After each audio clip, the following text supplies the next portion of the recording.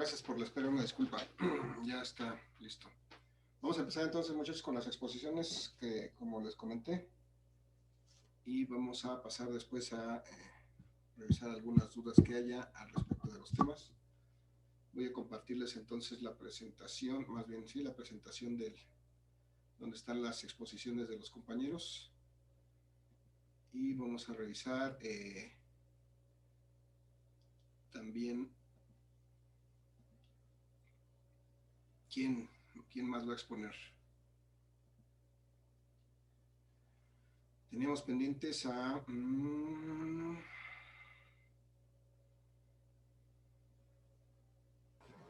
Profesor, ese no es nuestro grupo. Sí, gracias. Por razón no los identificaba. Es este. Bien, entonces es...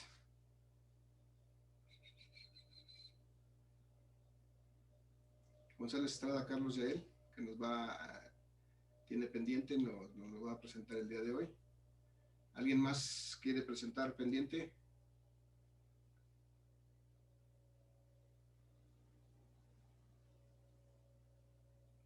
No hay, bueno.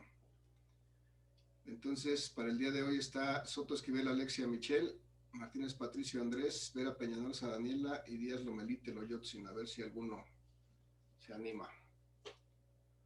Bien, vamos a empezar entonces con Carlos. ¿Ya estás listo, Carlos? Sí. Okay, voy a tu presentación y te cedemos las cámaras y micrófonos para que nos presentes tu tema, por favor.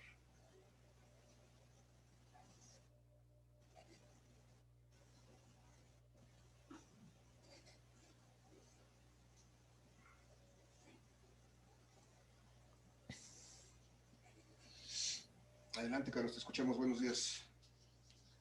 Buenos días. Pues rápidamente me presento, soy González Estrada Carlos y les voy a exponer el tema de, más bien el concepto, el de celdas electroquímicas. Voy a dar el siguiente diapositiva.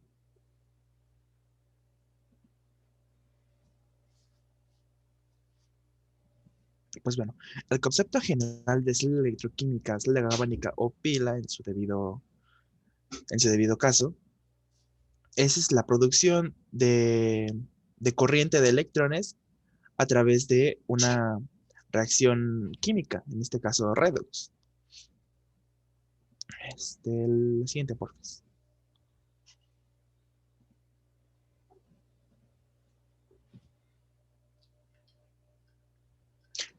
Esta reacción ya dicha se produce a través de sus componentes, se produce a través de dos celdas, de dos semiceldas.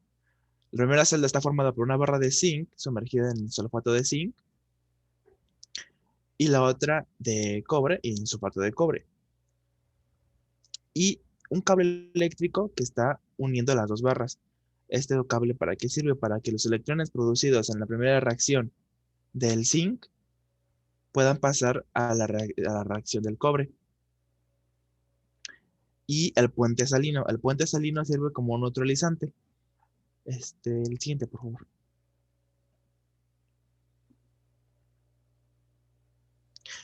Aquí podemos ver las reacciones que se hacen. Que el zinc en estado sólido se convierte en zinc y acuoso y produce los electrones. Los electrones pasan mediante el cable exterior para que la otra reacción se pueda realizar.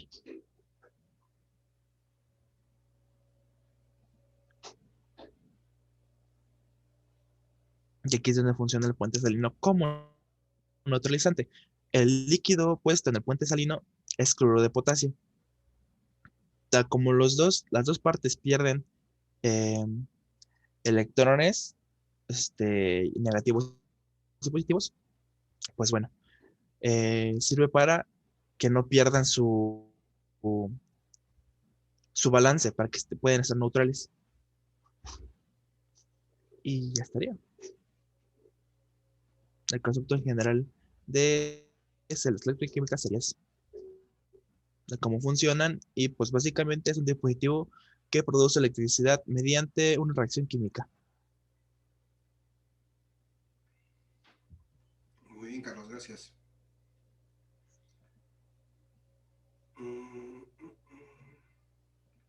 Bien, muchachos, entonces, ¿alguien más? Bueno, vamos a ver quién sigue aquí. Daniela no llegó, Vera Peñalosa, Daniela. Tenemos pendiente la exposición tampoco.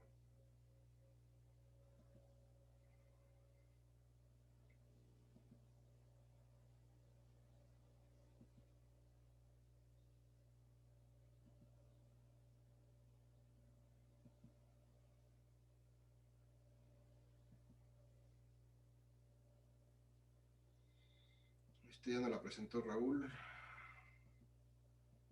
en la clase pasada.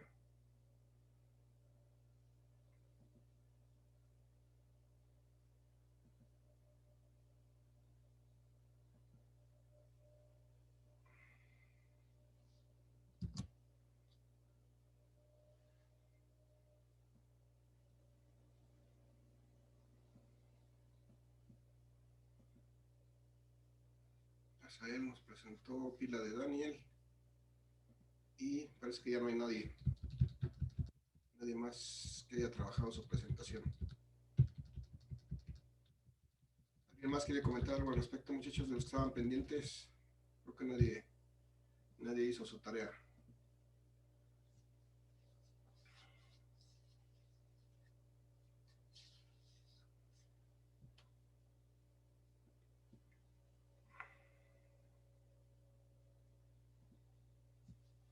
No hay más presentaciones, muchachos, gracias. ¿Alguna otra cuestión que quieran comentar o que quieran que veamos? Estamos prácticamente solamente a revisar algún detalle pendiente que haya para estar listos para el examen del día viernes por la tarde y cerrar con eso las actividades de este semestre, muchachos. ¿Alguien quiere comentar algo, agregar algo, muchachos? ¿Preguntar algo?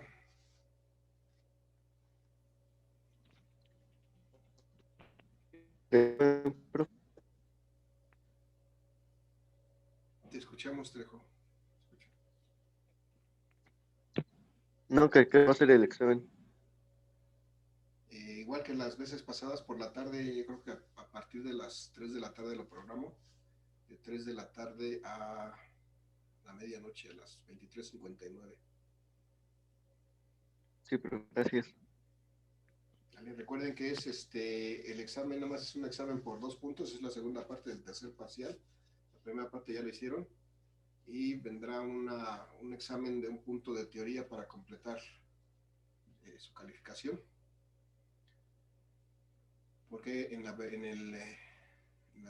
ocasión pasada hicimos la primera parte del tercer parcial, no hicimos examen de teoría, entonces necesitamos hacer uno para completar.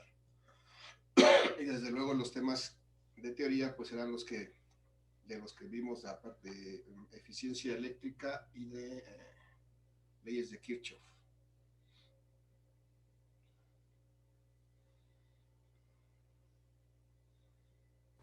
Ok. Muchas dudas, preguntas. No, profe. Terminaron su ejercicio de la clase pasada, encontraron sus valores de corriente.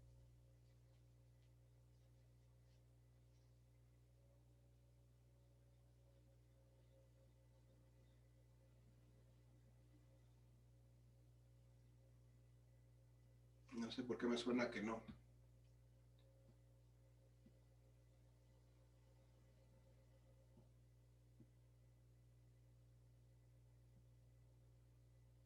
Dudas con respecto a los problemas que hay que resolver para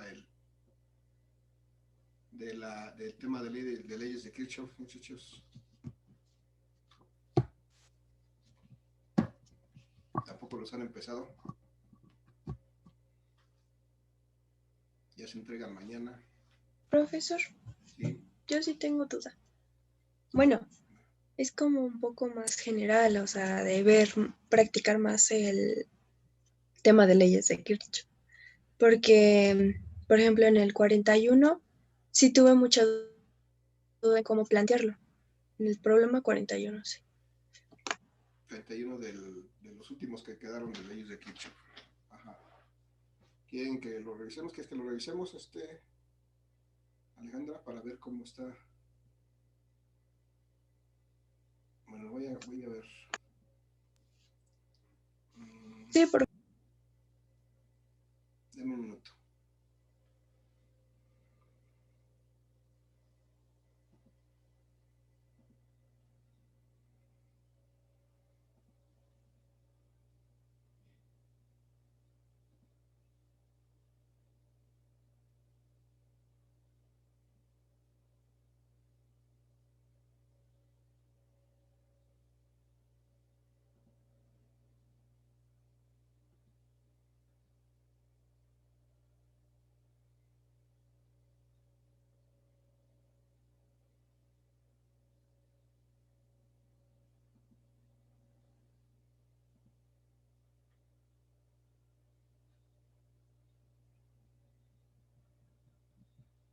¿Qué programa es este? ¿Me dijiste 51?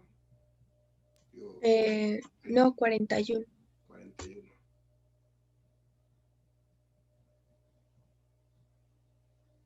41.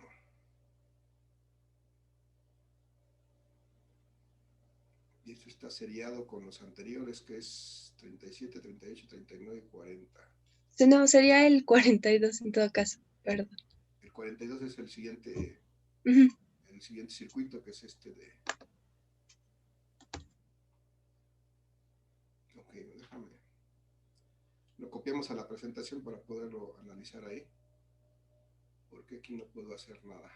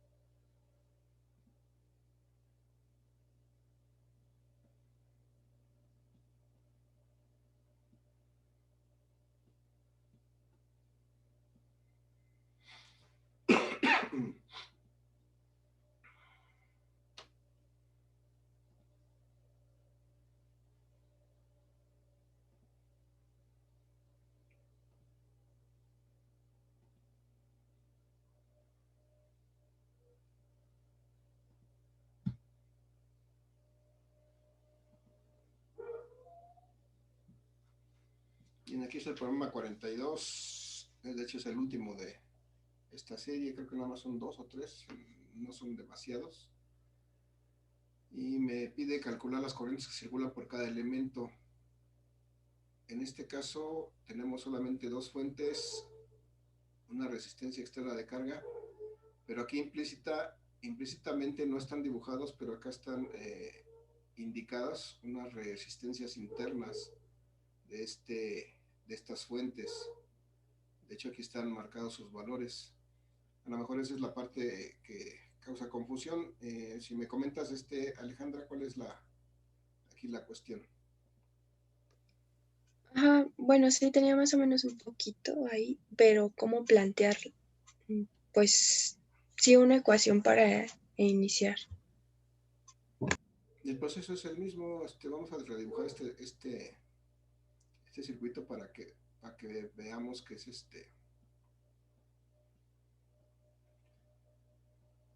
El problema es que esta resistencia interna no está mostrada aquí, pero es como si tuviéramos una resistencia adicional aquí, adosada a lo que es esta fuente. Y entonces el circuito quedaría más o menos así. Este sería la primera rama. Después por acá tendríamos la segunda fuente.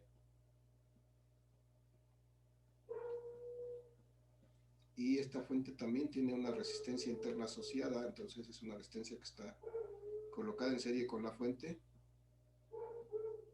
Y finalmente una resistencia adicional por acá, que es esta resistencia R.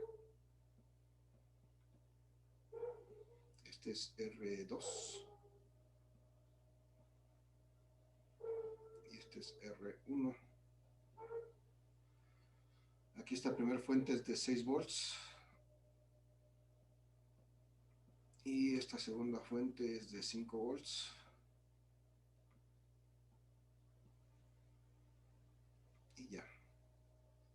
demás son los valores de resistencia, 0.3, 0.2 y 0.96 ohms. Bien, muchachos, entonces, ¿cuál es el proceso? Lo que tengo que hacer primero es identificar mallas y nodos. ¿Cuántas mallas tiene este circuito? 2. 2.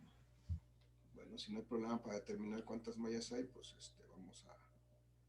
vamos a remarcarlas nada más para visualizarlas, para quien tenga duda.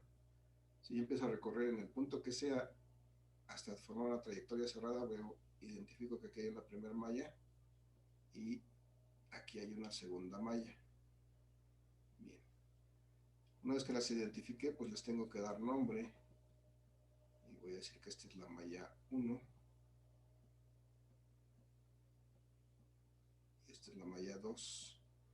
Bueno, ya que identifiqué las mallas y les di nombre, ¿qué me hace falta para Su sentido, profe. su sentido de recorrido? ¿Hacia dónde los voy a recorrer estas mallas?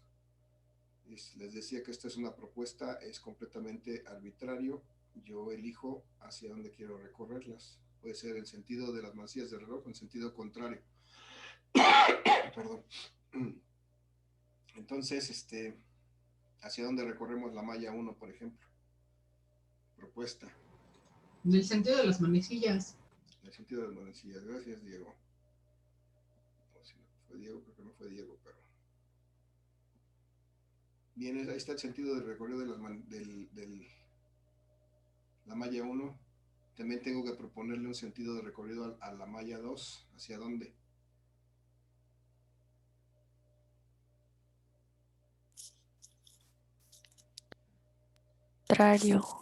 Contrario. Muy bien, gracias, Camila. Carol, perdón. Entonces, ya tengo las mallas, ya tengo sus sentidos de recorrido. Prácticamente es lo que necesito para las mallas. Lo que sigue es identificar los nodos de este circuito. ¿Cuántos nodos tengo y cuáles son, muchachos?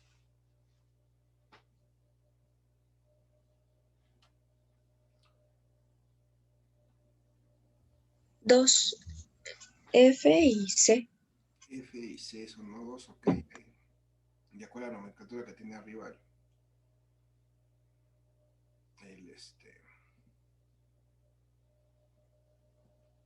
este sería un nodo, correspondería con F y este sería otro nodo, correspondería con C. Bien, ya están los nodos, entonces les doy nombre. Si ya tienen nombre, pues les dejo el nombre que tienen. Este es F y este es C. Y entonces, una vez que tengo los nodos, elijo cualquiera de los dos, el que yo quiera, es también arbitrario, y en él voy a indicar la dirección de las corrientes que entran y salen de él. Voy a proponer, desde luego nuevamente es completamente arbitrario. Entonces en este nodo tengo que ver que hay 3 ramas. De hecho, esa es la definición de nodo, debe haber al menos 3 ramas, si no, no es un nodo. Estos puntos A, B, E y D que están aquí no son nodos porque no confluyen 3 ramas. Los únicos nodos son efectivamente F y C. Entonces, en estos, ¿cuál elijo? ¿F o C para analizar las corrientes que entran o que salen de ese nodo? Pregunto. F. F, ok. Y en F vemos que hay 3 ramas que están confluyendo en ese nodo. Entonces, una es de F hacia arriba, que pasa por esta fuente de 6 volts. Otra es de F hacia la derecha, que pasa por esta fuente de 5 volts. Y otra es de F hacia abajo, que es donde está esta resistencia R. Entonces, para cada rama debe haber una corriente y yo debo de proponer ahí el sentido de esa corriente en ese nodo F, que entre o que salga de ese nodo F. Pregunta, por ejemplo, el nodo que va hacia arriba del punto F, que pasa por la fuente de 6 volts, o la rama que va, hacia arriba del punto F, ahí debe de haber una corriente. La pregunta es, ¿esa corriente queremos que entre o que salga de ese nodo F? Que entre. Que entre, ok. Entonces vamos a dibujar. Recuerden que esto también es nuevamente completamente arbitrario. Nosotros lo proponemos y entonces aquí vamos a suponer una corriente que entra al nodo F, que es la que pasa por toda esta rama, de hecho desde el punto F hasta el punto C. Y como es la primera que identifico, simplemente por eso le voy a llamar que esta es la corriente 1. Bien, y después de este punto F a este punto C es otra rama del circuito, debe de haber otra corriente circulando por ahí, que puede ser que entre o que salga de este nodo. Aquí lo que yo preguntaría es cómo queremos que sea esta corriente, entrando o saliendo de este nodo F. Saliendo. Saliendo, bueno, entonces tiene esta dirección, esa corriente tiene esta dirección saliendo del nodo F. Y como es la segunda que identifico, pues a este le voy a llamar la corriente 2. Y finalmente ya tengo una que entra y una que sale, ya me despreocupo porque ya cumplo con la condición de que al menos una debe de entrar y una debe de salir. La tercera corriente que viene a este nodo y que pasa a través de esta resistencia R, pues yo la puedo proponer de manera indistinta, entrando o saliendo, porque pues ya no hay problema.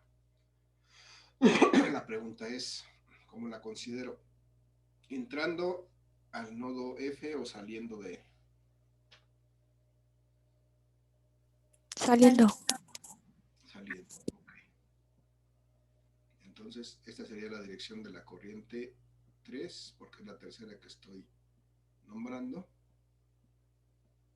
Y su dirección es esta, para pasar a través de la resistencia R y llegar al punto C.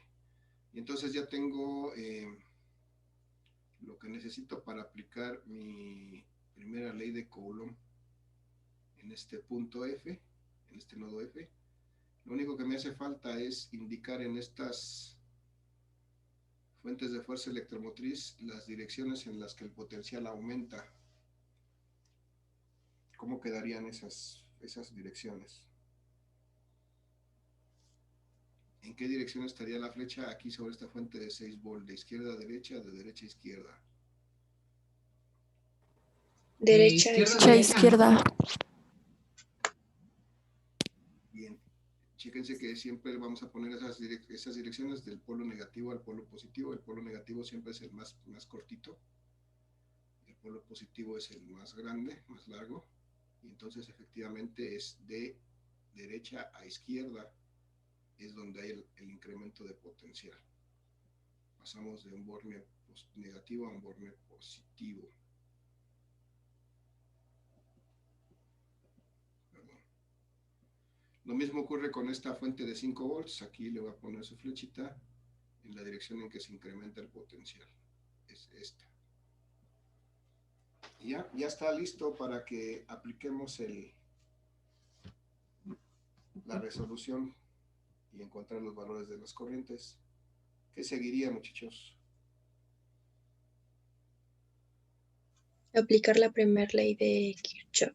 La primera ley de Kirchhoff para encontrar la primera ecuación, sí. Entonces, si aplico la primera ley de Kirchhoff,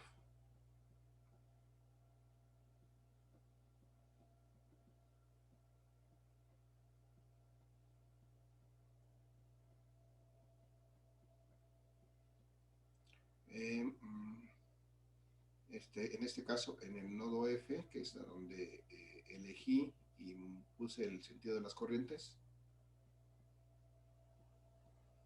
nodo F. Bien, ¿y qué me dice esta ley de las corrientes de Kirchhoff? Me dice que la suma de las corrientes que entran a ese nodo debe de ser igual a la suma de las corrientes que salen de ese nodo.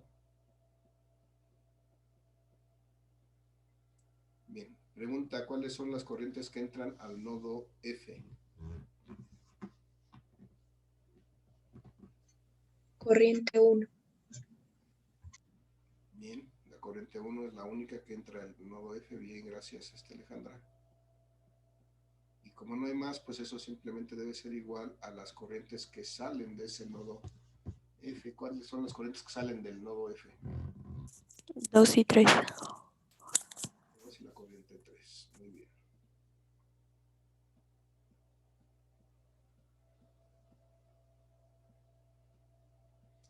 La corriente 2 sale y le tengo que sumar la corriente 3 que también sale, porque me dice que la suma de las corrientes que salen debe ser igual a la suma de las corrientes que entran. Y ya tengo prácticamente mi primera ecuación. Únicamente voy a acomodar esta ecuación de tal manera que la voy a igualar a 0. Voy a quitar los términos que están del lado derecho para ponerlos igual del lado izquierdo. Y entonces me queda que la corriente 1 menos la corriente 2 menos la corriente 3 debe de ser igual a 0. Y entonces lo que hemos hecho hasta este momento es encontrar una primera ecuación que tiene tres incógnitas que no conozco, que no puedo resolver por sí misma. Solamente encontré una primera ecuación. ¿Qué seguiría, muchachos?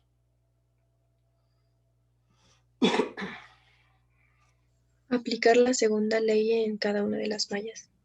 Aplicar la segunda ley en cada una de las mallas, muy bien. Entonces, si tomo la malla 1 y aplico la segunda ley,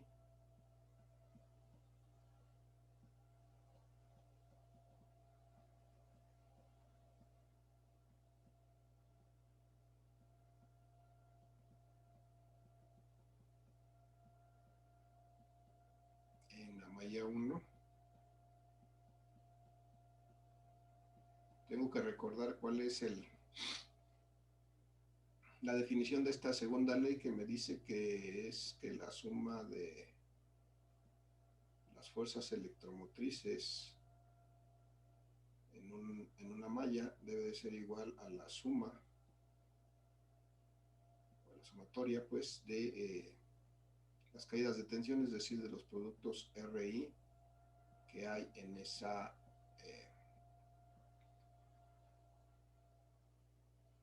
malla. Perdón. Entonces voy a elegir la primera malla. Puedo empezar a recorrerla donde yo quiera. Solamente por costumbre voy a empezar en el extremo izquierdo superior, aquí donde estoy poniendo este asterisco. Ahí voy a empezar a recorrer la malla 1 y voy a ver que lo primero que encuentro es esta fuente de 6 volts, pero me encuentro en contraposición con esta flechita de la fuente. Y entonces, ¿qué pasa ahí? Es negativo. Bien, gracias. Es negativa. Tengo que asignar un signo negativo a estos 6 volts. Entonces puedo poner menos 6 volts. Y luego sigo recorriendo, encuentro la resistencia 1, que es la interna de esta fuente. Llego al punto C. Sigo recorriendo, encuentro la resistencia 2, que es la interna de esta otra fuente. Y luego llego y encuentro esta fuente de 5 volts. Y en este caso veo que la dirección de esta fuente coincide con la dirección en que estoy circulando la malla. Y entonces, ¿qué tengo que hacer aquí? ¿Alguna duda? ¿Alguna idea? Únicamente expresar lo positivo. Sumarla, no sé si sumarla, en este caso como coincide, va a ser positiva, más 5 volts. Bien, llego al punto F, doblo hacia arriba para regresar al punto donde inicié el recorrido y terminé, ya no encontré más fuentes. Ya que hice eso, entonces, pues entonces lo que acabo de encontrar es la suma de las fuentes de fuerza electromotriz. Y eso va a ser igual a la suma de las caídas de tensión de los productos RI en la malla. Nuevamente elijo este extremo superior izquierdo para recorrer la malla y lo primero que encuentro es esta resistencia 1. Y la pregunta es aquí, ¿cuál es la corriente que circula por esta resistencia 1?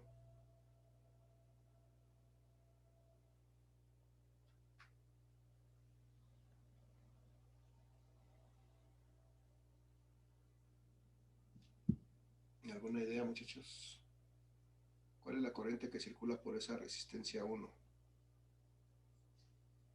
¿Cómo se llama?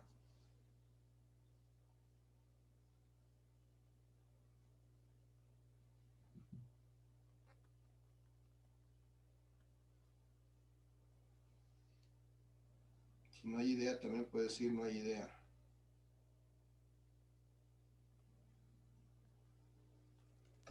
No, profe, no hay idea. Ok. Chéquense que nosotros propusimos en el punto F esa corriente 1 entrando ahí.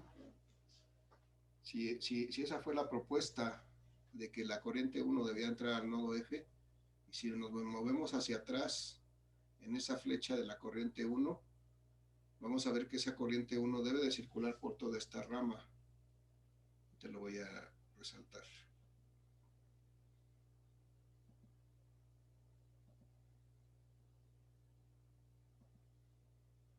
Esta corriente 1 que está entrando a este nodo, pues tiene que seguir toda esta trayectoria.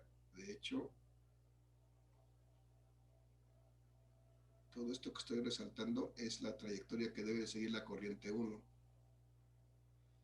Esta corriente 1 que nosotros propusimos aquí en el nodo que entra aquí, pues debe de provenir, de hecho, desde el punto C. Desde el punto C, este es su recorrido de la corriente 1. Entonces ahora pregunto nuevamente, ¿cuál es la corriente que circula por la resistencia 1?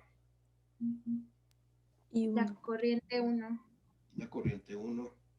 Entonces tengo que multiplicar, hacer el producto de la resistencia por la corriente, en este caso la corriente 1.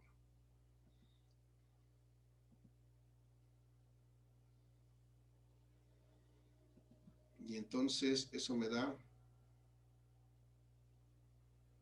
que es esta R1 de 0.3 ohms.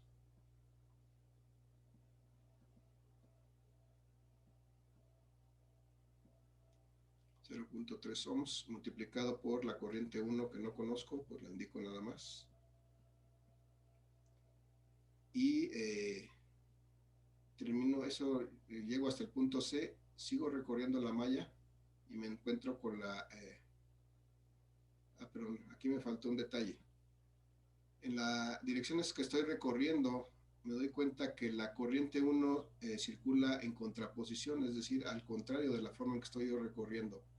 Entonces eso tiene una implicación. ¿Qué debe de pasar con este valor que acabo de calcular aquí?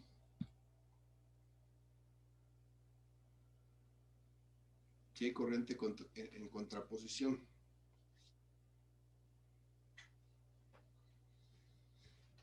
Muchachos, igual que como ocurrió con la fuente, que encontré una flecha en sentido opuesto, debo de considerar un signo negativo para este producto RI, porque la corriente 1 está en sentido contrario al sentido en que estoy recorriendo la malla.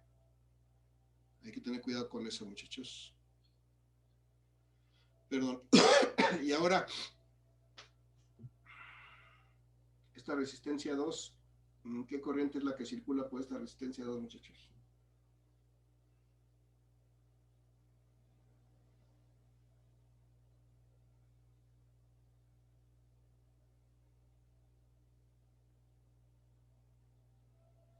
La corriente 2. La corriente 2. ¿Y cómo está la corriente 2 con respecto a la dirección en que estoy circulando la malla 1? ¿Coincide o Contraria. es contraria, ¿no? Entonces, cuando es contraria, inmediatamente lo primero que hago es ponerle un signo negativo. Y ahora, ¿cuál es la resistencia? Pues la resistencia 2, que es de 0.2 ohms, por la corriente que la circula, que ya me dijeron que era la corriente 2. Ya está.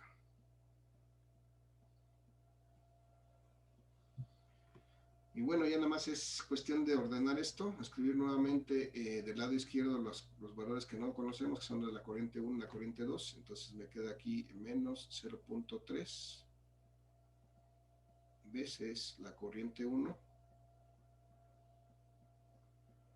menos 0.2 veces la corriente 2